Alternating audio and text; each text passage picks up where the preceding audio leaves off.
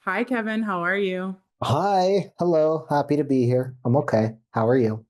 I'm good. Thank you for asking. Last time I chatted with you, I was doing a deep dive on your win on Big Brother Canada. Mm. Oh, what drew you to another intense social game like the Traitors? It pushes you to your limits and you grow from it.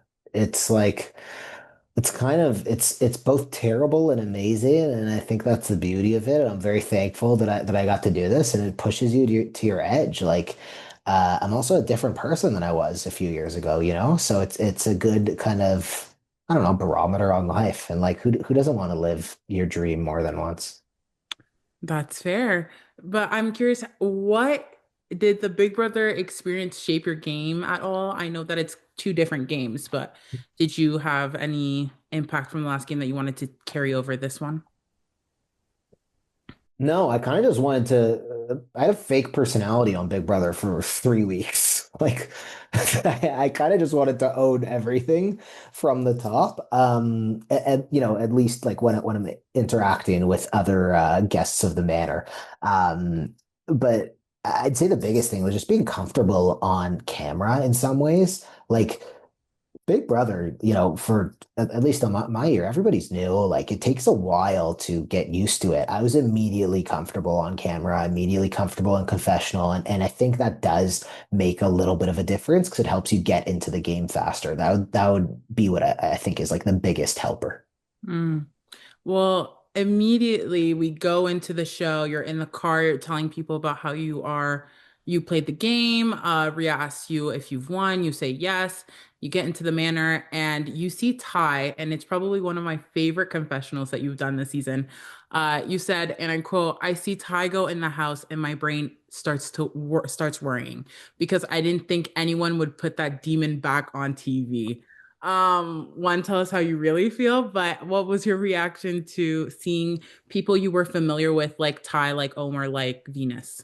Yeah, these are three different relationships. Ty is a friend of mine, and I just I don't know. I did all my like calculations and prep, and I just didn't have him in there. Like I had like Bailey and Dougie, and like I guess that's on me. And I was happy to see him, but I had also planned through so many scenarios that I like over planned, so I wasn't as flexible. Ty was, but I was thrilled to see him. I was thrilled to see Venus. I was thrilled to see Omer. Like, also both friends of mine. I think they were more obvious because the Survivor 50 cast had gone out, and you don't see those names on there. Like, I think it filmed right before, a similar timeline. I'm like, all right, there's kind of Omer, Venus, Caleb, like, uh, like, all right, we're gonna get it. We're gonna get one, two, three of those. Maybe Marianne, like, you know, maybe I forgot her name, Kyle's friend who she was on 50. Oh, She's okay. from Toronto. You know what I'm talking about. Totally. Camilla. Camilla. Okay, yeah. Camilla. Yeah. Oh, She would I'm have been fun in wrong. there. Um, Genevieve was on 50. yes, we love. Like that's the list. They're not gonna have that hockey dude from 38. You never know. You never know. Actually, yeah, maybe they will. Or oh, what's his name? Such a nice guy, Kane. Oh, yes. Yeah. So anyway, but like you look at that list, it's like, all right, Omer, Venus, Caleb. We can safely pick one to three. So you mentioned that in the Big Brother house, you didn't know anyone, but you knew these people. Yeah. How do you balance that in a game like this with relationships that you have outside of this I game? have no idea, Josiane. I'm a softie. Listen, if I don't know you, I'm an absolute killer. And when I do, like that first night just broke my heart. And it wasn't a revenge thing. It was like I'm not turning on these two people in the rest of this game. Like I'm not doing that again. It just it messed me up. It messed me up. And it actually maybe affected, like I built some really good relationships also in the house outside of that. And maybe it affected that too. And it probably affected my ability to get close to Coco as well. Hmm. Well, initially you sit in the round table, and traditionally, if you get a tap on the shoulder by Corinne, you are a traitor. So you went the first few moments in that round table thinking that you were faithful. Was that something that you had put into your calculations, or did you know going into it that you were probably going to be a traitor when it was later revealed that it made sense? I spent most of my prep time preparing to be a traitor. I said 80-20. I also thought, like, if I'm a faithful, I'm probably getting recruited at some point if I'm not murdered or banished. So when I thought I was a faithful, I was like, I don't know what to do. What does a faithful do? Like, I don't know. Like, I was so ready. Like, I was acting like a traitor, or I was acting under the impression that I would be a traitor from before the traitors were selected. Like, I Mhm. was playing. So when that happened, I was like, I felt like other people feel getting selected as a trader. I was like, what is? I was like, I don't know what this is. What it? You know? Well, to no one's surprise, you were a traitor. I was convinced when I saw the cast that you would definitely be a traitor. Obviously. But knowing that, how do you go about moving forward in the game if even someone like me who's a viewer just immediately assumes that you would also be a traitor? Well, there are also like a lot of people who were big fans of the show. Like Hmm. Jamal watched my season in detail. Meredith, Jericho, Nat. There were more. Like I'm just rattling them off. So how do you go about it? It's pretty fun. Like it's it's like enjoying the chase. I think it's hard to look, my number one thing is having fun. My number two is winning. I'm very competitive, but like it's like I'm gonna go have a good time. I'm going to enjoy this, and it's almost like let's see what happens. I don't know. Netta just won. That makes it this appeal to me more. Okay. Well, Coco mentions in a confessional that you had a chat with her prior to the roundtable about protecting one another before you were even chosen. Is there a reason why you had that conversation with her in particular? Did you have it with multiple people? What was that? Ooh, so Coco was really happy to see me, and she was like, "Kevin, I'm such a huge fan of your game." But I immediately I didn't know her, but I read into something where I was like, okay, you're rocking this blue suit, which is incredible. You look like a star. And then I'm thinking, I know that she mentions Big Brother Quebec, and I know it's like pretty strategic, and she mentions it twice, and I was like, you played twice. And then I was like, okay, of the people who might be selected, I think she could be one. So I just said that off the bat. She knows my game. And then during the challenge, when she sat out in the first one, before we knew who the other traders were, I was like, okay, like that's probably a traitor. So I was like, I don't know, like is I had a sense that she was the other one. I like admire her so much. Like she just the way that she carries herself and like that's not even it. The way she like can just flip a switch from like locked in on the game to like talking about her erotic fiction. Like it's unbelievable. Like she's special and so fun. Well, I'm curious about the level of suspicion. I think early on, Omar mentions it, Sarah Nicole mentions it, Yep. episode one. How much suspicion did you truly want? Because you said at multiple times that you felt okay with having a little bit of suspicion, whereas I feel like I would want the complete opposite. So talk about your reasoning. Optimal trader's strategy as a trader is doing nothing. It is just let people will find reasons in traders and in life to go after each other. Their biases will come out, their bad reads will come out, they will project things. And my issue was that I had a lot of preconceived like notions about me and how I play games, which many were accurate going into this. So I almost like if you're functioning as a fake faithful for someone who's thinking about me as a as a faithful, I need them to think that I'm trying to have a little bit of suspicion on myself because I'm nervous about getting murdered. Now, that's like big brain stuff, which isn't necessarily helpful, but that would be how I was thinking about it, which is very hard because if you're playing with, so many other people, you kind of need to position how they're playing strategically and play in their realm. Like, the golden rule, treat others how you'd like to be treated. No, it's the platinum rule, treat them how they want to be treated. So it's like strategize with them how they want to be strategized with. But I was just again like it would be better than me big braining that, just doing nothing, shutting my mouth. And you know what? Probably would have gone vanished in a couple episodes anyway. So rather send it. Well, you mentioned Coco sitting on the dock. I was curious, did you even consider that for a moment, or were you like, absolutely not? No, I planned before the game, faithful or traitor, never take a public shield. Like that was, or never take a public shield, never do anything publicly to draw attention. Like these things and challenges can just be blown out of proportion. Like blend in as much as you can. They're already gonna see you as Big Brother winner or Kevin or this quirky guy. Like I don't need any more heat or attention. I was like, yeah, I was like, I'm not getting on this dock. Well, about the public shields, that was something you said in, I believe, episode two, um, Yeah. in the challenge. I feel as though faithfuls inherently want to be safe. They don't want to be murdered. So we see a lot of the times egos rise and they go, I'm going to do anything for the shield. And you have the complete opposite approach, regardless of if you're a faithful or traitor. Did that not maybe raise a flag like, hey, the fact that I don't even try to get a shield publicly make people think that I'm not faithful because I'm not worried about being murdered? So as a traitor, Hmm. I wanted to seem like a faithful who was a team player and could contribute in challenges, which is not some like I am known for being physically unskilled. So I trained pretty hard and I wanted to like I almost pushed myself too much. You see how many sticks I got in that ladder challenge? I was tossing them to, I was tossing them to my boy Thompson, my boy Jericho, my girl Matt. I was getting them all up.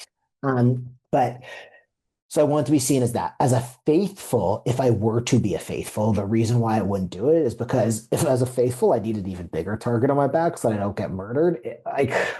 It's such a it's such a difficult game because there's no one strategy that works. It's I don't know. I don't know. Okay. Well, I feel like we have to talk about the big twist at the end of episode one, which is Ty and Venus standing in front of you. I feel as though Coco pushes this idea that I picked Venus, but in your conversation in the show, you pitch Venus from what we see as viewers, right? You say, what about Venus? And so it felt as though you kind of had your way with both of them. You got to pick Ty and pick Venus. And I was so curious, one, why you didn't like fight for Ty more, because I was convinced that Ty was going in. And that too, you almost like let Coco have the narrative that she picked Venus, even though I feel like it was at most mutually exclusive. Like you both agreed on that, especially since you pitched her. I was never mad at Coco. I was mad at myself. Like I Mm, was really, really frustrated with myself. And you're right. Like that is, if I'm looking at the house before at the manor before anything happens, my top three allies are Ty, Omer, and Venus. Like these are people I know. Like that's like that's what I wanted. So when I have a moment where I'm like, I'm gonna be in the turret with Coco, who's a big fan of mine, Ty, who's my buddy, Venus, who's my buddy. I'm like, oh my gosh, like this is incredible. I don't have a good answer for mm, what happened there. It got very real for me. Um, and I messed up. And either way here, I was losing. If I kept Ty, I was losing. Either way, I was having a rough night. Like if I mhm. kept Ty, like I'm getting rid of Venus and it's breaking my heart. If I keep Venus and get rid of Ty, like that's like my good friend. Like it. So why didn't I fight her? Like there are a lot of things that I don't know. I was in there and I just it's I felt like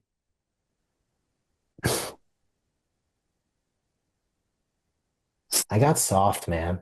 I got my heart's like I'm too with people I don't know, I'm vicious. And in this situation, it was like, shoot, like I also need to keep the Coco relationship intact. What do I do there? But you're right, like I'm way closer with Venus than Coco was with Venus. And we see that in the episodes. Like Venus is with me. So I just wish I caught on to that clue because wouldn't w- would have kept one of Ty or Venus in the turret and invited someone who I was comfortable with either way, and it would have been an easy like I would have fought my ass off. And in this case, I was just looking at two of my friends being like, oh, I what's the title of episode one? Overconfidence is a curse. Yep. Got what I deserved. Oh, well, I mean, you have to pivot in a moment like that. Ty is murdered. That clearly wasn't your plan. I mean, it seems as though there's this idea of I want revenge, but there's more, Yeah. there must be more to it than that. I'm just petty. No, I was playing for a three-way win. I was playing for a three-way Traitors win, which is ridiculous and such a silly thing to do. But I was like, all right, at this point, I'm playing for like I wasn't mad at Coco. I was mad at myself for missing the clue. Like that's totally like I actually, if anything, like respected her holding her ground there. Like I'm obsessed with Coco. Like I said, she's amazing. I was playing for a three-way win, which is virtually impossible. Like it's so hard for me to just make it to the end of this game on my own. I'm like, all right, me, Omer, and Venus, three traders at the end. Even if they do, because in some formats they do a three trader, like they do like a trader's dilemma where you can like steal them. I was like, even in that situation, I feel like those two people won't turn on me. But in order to do that, we need to constantly be recruiting and banishing traders. So I just got way ahead of myself, and again, like big brained out. I could have done a lot less, but I still might have gotten banished. So, Okay. Well, I want to talk about a moment at breakfast the night after Ty dies. We see you sit between Thompson and Jericho. And I just felt like there was a vibe of like alliance without saying that too much. Is it a fair assessment to say that those were people that you were aligned with us outside of Venus and Omar? oh, I had really good relationships across the manor. Yeah, Jericho, Thompson, those were really, really strong. Like we got deep. Got along really well with Dom, Hollywood till that challenge. Like Sarah Nicole, Kara, Rhea. Like I was building relationships left, right, and center. Then I just had this collapse where during that time after the challenge, I went a bit crazy and in this game so fast that just broke things off. And even Lisette, love Lisette. Even if like people are suspicious of you at this stage of the game, I think you got to give some credit. And a lot of them are not going to like go after you directly as a trader, which makes like some of anyway. Which yeah. So no, I had great relationships across the manor, and I think most of them thought I was a trader, which might be why, but you know. Lisette is someone I wanted to talk to you about because you're actually the one who goes up to her, at least from the viewer's perspective, and tells her that Meredith is pushing her name. And I feel like that kind of, I don't know if it was sowing the seeds or watering the plant, but it kind of does a snowball effect where we see them later in that episode go at it at the round table and there's tension. Was that done purposefully or were you doing that with everyone? Like what was that choice? Oh, we were me and Lizette were like we're buddies. I was like, she's throwing out your name. I'm telling you, like that was like my ally in there. We just I think Lizette is so genuine to the point where like you know what you're getting, and I got that off the bat with her, and I was like, I don't know what this person is putting down, but I'm picking up what she's putting down because I just like got to I don't know. Something about her just was like, yeah, that's my person. That was like me looking out for her. Not wasn't trying to cause crap. Okay, well, there's so much I could ask you about, but I feel like we need to focus on this last episode. The challenge. Why did you choose to put the cast the way they were put? Mm. Particularly you and Venus as traitors and Coco as a faithful, especially since you're trying to put sus on her. Was that part of it? Like, tell me about those decisions. Okay, so there's like the we put all of the people who we want to separate us. So we Mhm. wanted to put, Coco on one side, me and Venus on the other. And we thought that there was, this is again the big brain. So we thought if all the people with suspicion were on the traitor side, then people would be like, oh, they are they some people there are traitors, some are. And then if all the people without suspicion were on the faithful side, then they would be like, okay, some of those people are traitors. But most people just read it as like, okay, those are the traitors. The faithfuls are on this side. There was talk about like making the eight on the traitor side, on the faithful side, and just swapping it. And then I think Shaughnessy was just like, we were like, all right, let's put her there because she sat out of the other thing. So it's Okay. It's that is where the speed of the game. I didn't mind the speed of strategizing, but the Mm, speed of like, meeting in the turret in secret and going down there and making quick decisions, like that happens quite fast. You almost need to be very decisive and know exactly what you want out of it going in. I think the like in general, and again, this is speaking as an absolute dumb, but the like in general, best trader strategy is for traders to align as long as possible, work together as long as possible. And the like subterfuge of like dropping names and seeing how people respond, like that's all nonsense. Like you got to be connected early in the game. mm. I feel like connection, Hollywood Jade is a big one. You get the choice to remove someone's opportunity to get a shield. You picked Hollywood Jade. And Hollywood Jade's quote was really interesting. He said, I really wanted a shield, and I hate that that opportunity was stolen from me by someone I thought I could trust. Why did you pick Hollywood Jade? I miscalculated the level that he was on. Mm, And so for Hollywood, at least in some ways, was like directly faithful going after traitors. And we see that he wanted to be recruited last night, but like as a faithful, he was like villainizing. It was really like an us versus them thing. And I really like kind of enjoyed that. But I thought that there was another layer where if I said, okay, like sit down, like we're good, we'd be okay. But I read that wrong. And it was just he was upset by that. Yeah, I so the next scene we see you and Hollywood Jade and you're having a conversation. And in my mind, I was like, maybe there was a conversation where Kevin was like, hey, like I shouldn't have done that or whatever. Because it seems Yeah, the conversation that's being had is being done in a way that is safe and comfortable amongst allies. And so did it cross your mind to actually have like a proper chat about that decision? we did. We Okay. did. Yeah. So Uh, he says in the round table that you didn't have that conversation. I was so like exhausted from the heat. My brain was not on properly. It's possible we did, but I thought I went over and like I think I was being a weirdo. I think I sat down out like beside him in the one line. I don't know. Look, I butchered it. I can point to a bunch of places. I failed miserably and epically, and you're welcome. I Your campaigning round, it was so quick. You're like, okay, I gotta have some conversation. And it was kind of reminiscent of you luring up in season 10 and going in the suit and going around the house and kind of campaigning for something. And I thought that was very funny, that comparison. But it felt like you left people more confused than with you. And yet you say, I have the numbers before going into the roundtable. Why were you convinced you had the roundtable, the numbers, even though you apologized immediately to Meredith and Kara? You talk about like leaving. Tell me more about that.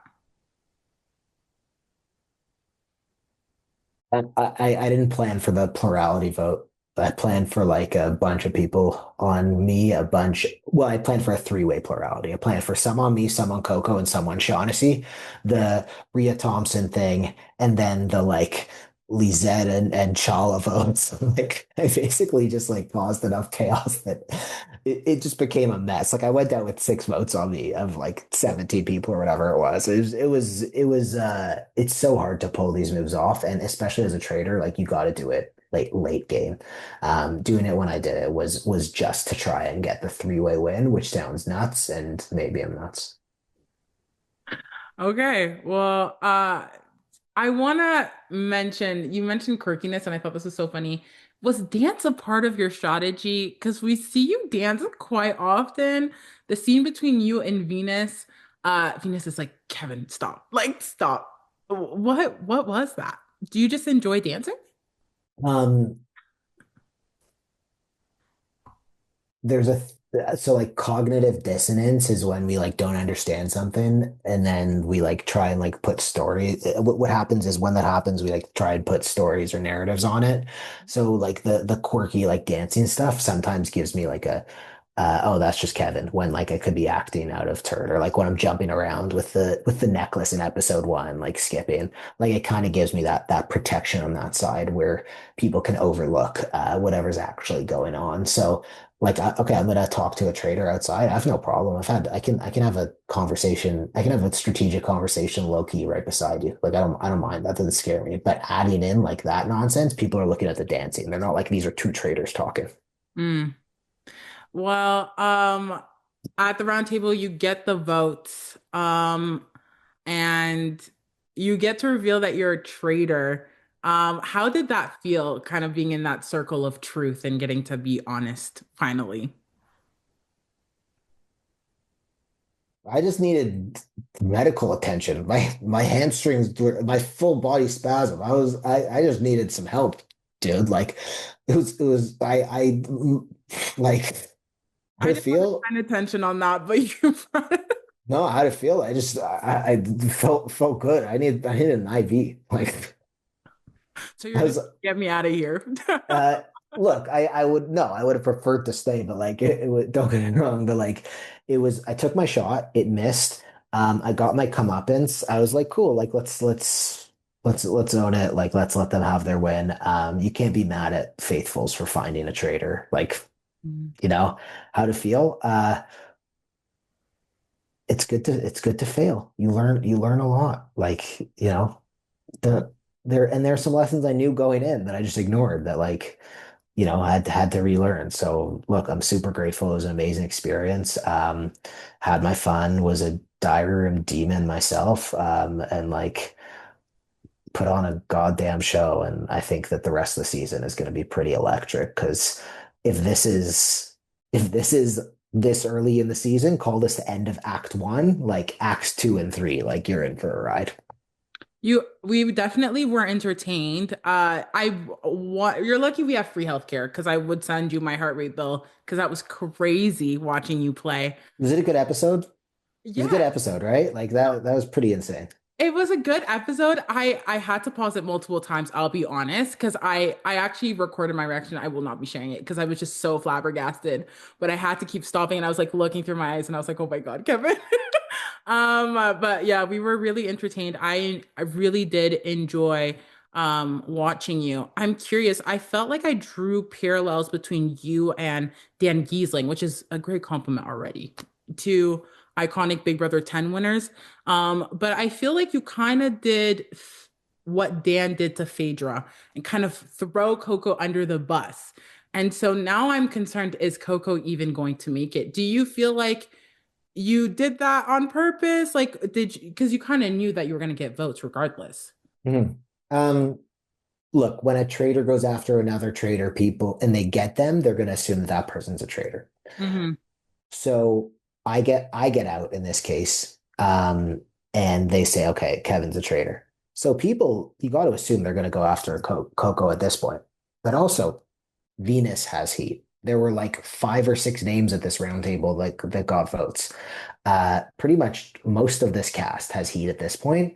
It's going to be hard for anyone to win this game, faithful or traitor. But I'll tell you what, like between Coco and Venus, those are two highly strategic people that I have a lot of faith in. So yeah, I made her job harder. Um, let's see if she can make it work.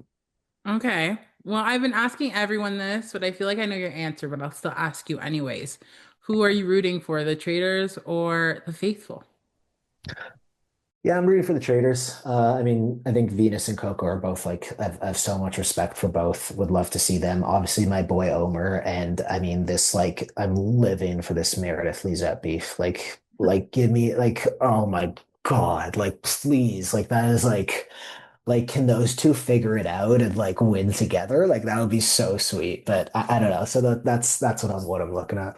Okay. Well, my last question for you is this. What is the lesson that you're taking away from this experience? Just one. Look, one of the key tenets of how I live my life is listen more than you talk. And I know that I sound like a total hypocrite because I did not do that. I relearned that lesson here.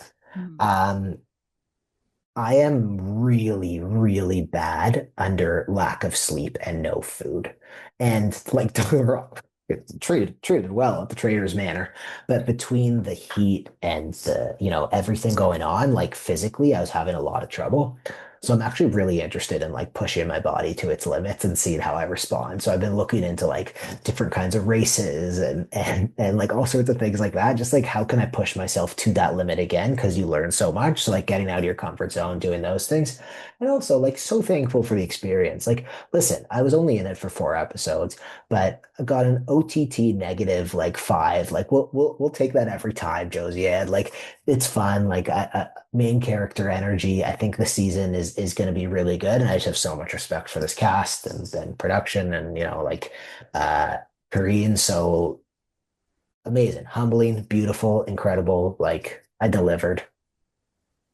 Well, I've been following you on social media. I've been seeing that you've been doing a lot of great things. You may call yourself a bad guy, but you're a bad guy with a good heart. So I want to ask you, is there anything that you wanted to plug while we're here?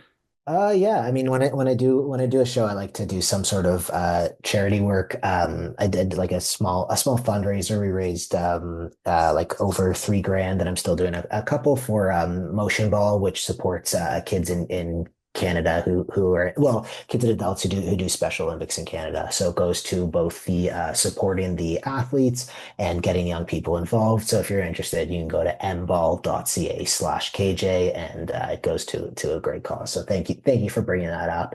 And don't tell anyone that I'm not a piece of garbage, please. Okay, I that it'll be between us and everyone watching this right now. Yeah, yeah. All right. Well, thank you so much for your time. I really truly appreciate it.